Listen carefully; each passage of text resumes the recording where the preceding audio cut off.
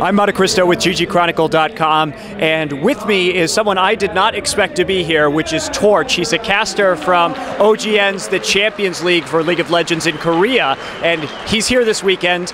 And so why don't you tell us what brings you to PAX Prime in the North American Regionals? Well, as many people know, this is falling on the same time as the OGN LL's The Champions, so it's a little unfortunate that I'm missing that. The reason for that is because my brother's wedding is the same exact date as the final. So it's a very important date for League of Legends and for me, but that's why I'm back in the US, so I take advantage of it and try to get to as many events as I can for the 2 weeks that I'm back here, so just really excited to be here.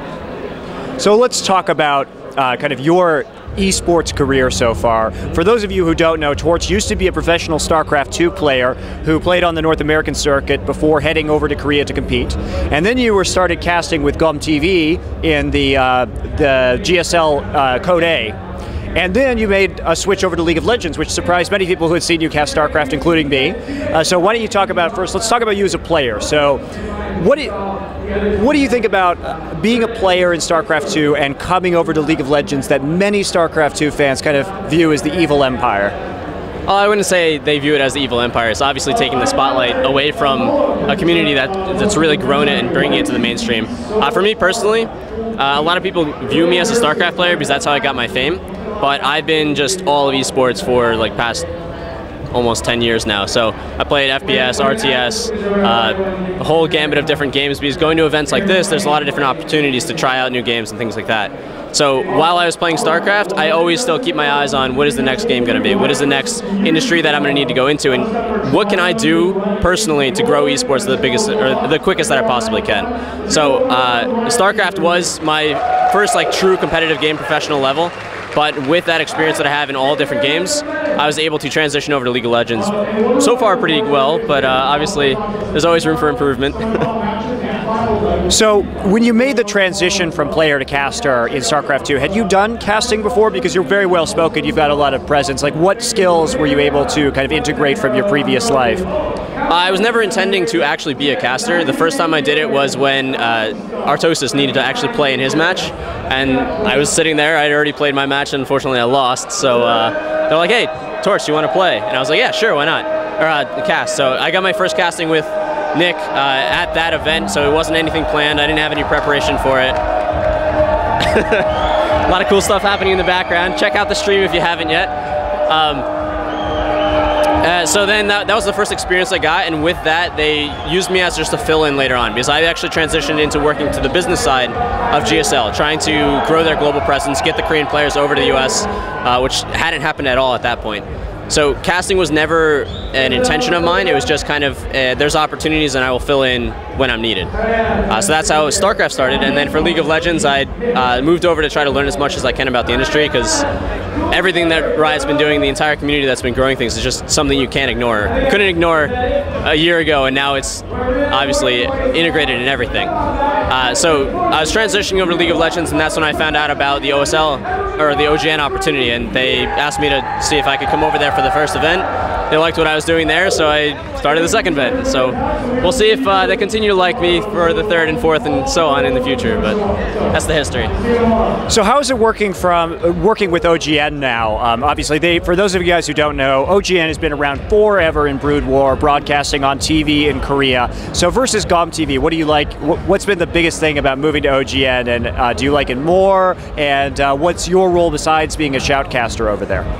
Well, the two organizations are seen as very similar, but in Korea there's a huge difference, because OGN, they're the cable TV station. So they've got a lot of history with making sure that everything runs on the exact same time, other things like that. The production crews, however, some of the people on ggChronicle's production crew used to work for OGN, so they got the same experience, they all know the same people. On the mid-level for the corporate thing, everyone's friendly, we're just working esports, trying to grow everything. For me personally, I've enjoyed OGN a little bit more because there's a lot more opportunities for growth. When I started with ggChronicle, it was just like me and a couple other people that were the global department, but then it grew to the point where it was able to sustain itself. But at that same time, it also was a lot more sluggish in making changes and continuing to improve beyond where it already was at that point. So I really wanted to just try to stay on the cutting edge of everything and make sure I can help the most potential as I possibly can, not just work with the steady machine going through. So I left them, tried to learn as much as I could about the current state of North America, and then went back to OGN to see how I can do things there. So one thing about OGN as a English-speaking kind of Western League of Legends fan is that it's a great league. We've seen probably some of the most awesome matches in League of Legends history in that league. If you guys don't watch it, it's well worth your time. But there doesn't seem to have been a lot of effort to engage English language speaking audiences with that league, and a lot of people don't watch your stream that you're casting on or really understand what's going on over there, whereas they understand the leagues that are going on here in Europe and North America so well. So does OGN have plans coming up to kind of broaden their audience into Americas, the Americas and Europe? Yeah, there's a lot of potential and opportunities in a bunch of different sectors going on. The main issue, or one of the main issues, is obviously the time zone. That's something they can never really fix. It's just inherent in esports. We're global. We have to deal with different time zones. But then everything else that's an issue, like the stream quality and other things like that, is being worked on after they sort out the main thing that they're going for. So the main objective, of course, with OGN is on Game Network, the TV station. They want to make sure they can get that to where they're comfortable with it, and then they can start to branch out and focus a little bit more on the fine details of the global broadcast and everything else, making sure they continue to bring foreign teams to OGN, but then also get what the fans themselves out there want to see as well. So do you know what's going to happen with OGN in Season 3? There are a lot of changes that are happening over here on the North American side of things with the teams moving to LA. Is OGN still going to be the main source of League of Legends in Korea come Season 3? What's going on over there with your plans for the future? So OGN themselves, a lot of people think of them as they run LOL the Champions. But really what it is it's a ZooBoost tournament, and they contract OGN to produce it for them. So OGN has all the admins and the people that do the graphics and make the actual production, but then they take that stream, which goes out to Korean TV, and then they also send it to a ZooBoo, who decides to send it out to Twitch or whatever else on the internet. So in that sense, I see OGN, the production studio, being the premier League of Legends production studio in Korea for a very, very long time, if not forever. But whether or not it's a ZooBoo partnered with Riot or Riot does it on their own, we'll definitely have to see in the future. That's very interesting. I didn't know that at all from a business perspective and coming up with Season 3, because we haven't heard a lot about the plans over there, so it's really, really fascinating to hear about. So you've hinted to me that perhaps you may not be casting in the future, or you're kind of like playing it to see where it goes, because you want to move more into a business side of things for esports. What are your goals personally for your career coming up, and what would you like to be doing in, say, a year's time? That's a really difficult question, because my number one goal, and pretty much my only goal, is to grow esports. I've done whatever I could at any given time to do that. So many, many years ago, it was just, all right, playing, getting to know people, just learning as much as I can about the industry. Then it became, okay, I can play professionally. Let me see what I can do as far as bringing awareness to Korea for foreigners or other things like that. And then moving into the business side, I really enjoy that side as well. And then moving back to the casting side, I enjoy all of that. So it's really just, at any given time, I want to be doing whatever I personally can be doing to grow esports the most, whether it's casting, business, moving on to a back end for a community, anything. Like, I love it all. I love esports, so I don't really care. Yeah, no, I'm with you on that. It sounds great that they have an asset like that. I know a lot of people enjoy your casting, but obviously you've got big plans in terms of bringing out esports from the business side as well. So I think you're one of the very few people who's in kind of that mindset, in that position. Usually people want to do one or the other. But do you know anybody else who's really in like a crossover role like that?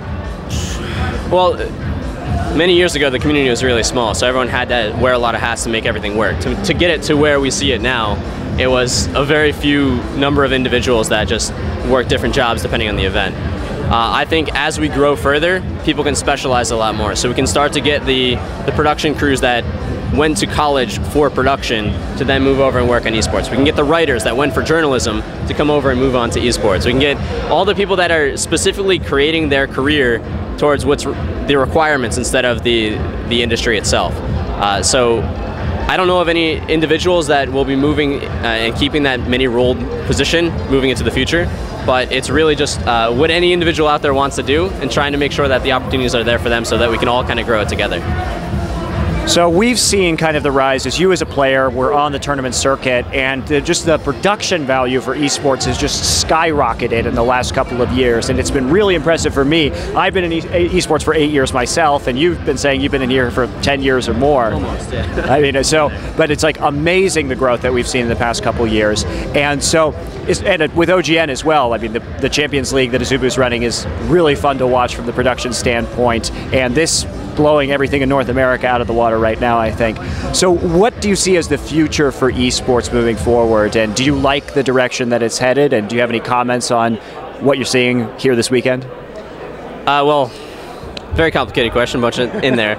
I think the main thing that I want to focus on there is the reason it got so big was obviously StarCraft 2 came out and people just gravitated towards it very quickly, but also the streaming is what is attributed with the main growth of esports, and thanks to Twitch and all the other organizations out there, that's really helping it grow, getting it to the point that it is. So I think to move forward, it's going to be really coming down to trying to consolidate a lot of the broadcasts that are out there, trying to bring a lot of the podcasts and tournament broadcasts under a similar roof so that people have a more clear idea of where they want to go for a specific type of content. And then once it becomes a little bit more standard that, okay, I want to watch the North American tournament circuit, I go to this channel, then they can start to advertise a lot more. They can bring up the production value of everything. So you can bring a lower tier show under a bigger tier studio that'll give them the resources they need to grow up a lot quicker than if they were doing it completely on their own. So that consolidation, I think, is going to be really important to continue to grow the way we are. And then the other major thing is developer support. Riot has been doing amazing things for the growth of League of Legends specifically, but if you look at all of esports, it's going to be really interesting to see how Red 5 will support Firefall, Valve will support Counter-Strike and all their other games that they're putting out, and just making sure that the tools are there for the communities that want to actually grow it. So there's no difficulties on the technical side, and then there's also the way to connect directly to the fans with the streaming side. Yeah, and also with what you're talking about connecting directly to the fans, you touched on it briefly, but I think what's really important as well is coming into the scene knowing exactly when you're going to see content. Right now we have all these different scattered tournaments. It's very difficult as an esports fan to figure out when exactly these teams are playing and keep track of all the different promotions and tournaments and everything like that. And for me as an esports journalist, it's very difficult to cover the scene because it's sometimes hard even for me to tell what is or is not going to be important or exciting. And so you're saying like OGN over in Korea does a really nice job because I know I can just go to OGN. I think with Season 3, with Riot, it's going to be a lot more clear for League of Legends fans. Yep. And we'll have to see, I guess, what Blizzard and Valve do with StarCraft 2, CSGO, Dota 2, all these other games, and what kind of comes out of the fire there and gets onto the scene. So anyway, thanks a lot, guys. Thank you very much for joining me, Torch. It's been a pleasure. Again, I'm MonteCristo with ggChronicle. You can check out more videos and interviews from this weekend at youtube.com/ggChronicle, and check out ggChronicle.com for live updates and blogs on all matches this weekend. Thanks a lot.